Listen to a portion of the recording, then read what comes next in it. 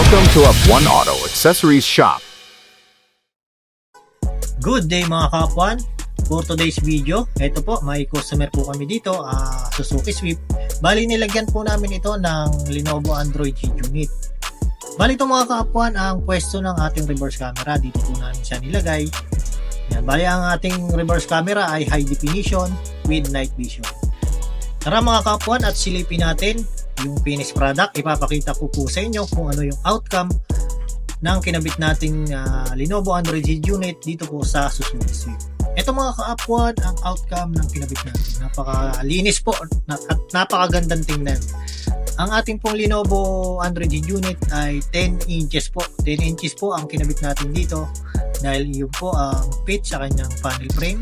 Bali mga ka-upward, kasama na po pala dito yung ating panel frame, yung reverse camera na high definition at pre-installation po tayo dito sa aming shop.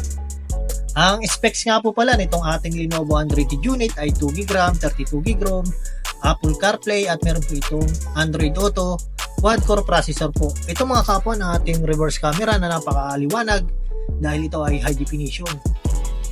At syempre napaka-smooth din po ng ating Lenovo Android unit. Mga kapwa, nagkabit din po pala kami dito ng front DVR. Ayan. Bali ito mga kapwa ay compatible po sa Android unit. So, bali may apps lang po na in-install kami dito sa unit. Ito na po mismo Android unit ang magiging monitor ng dashcam. Ayan, subukan natin yung ating front DVR. Ayan po ang actual na kuha ng ating front DVR.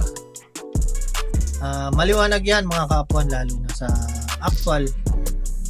Kung gusto mo rin ng ganito, PM lang ko kayo sa aming page or pumunta po kayo dito sa aming meeting shop. Hihintayin po namin kayo. Hanggang dito na lang po. Salamat!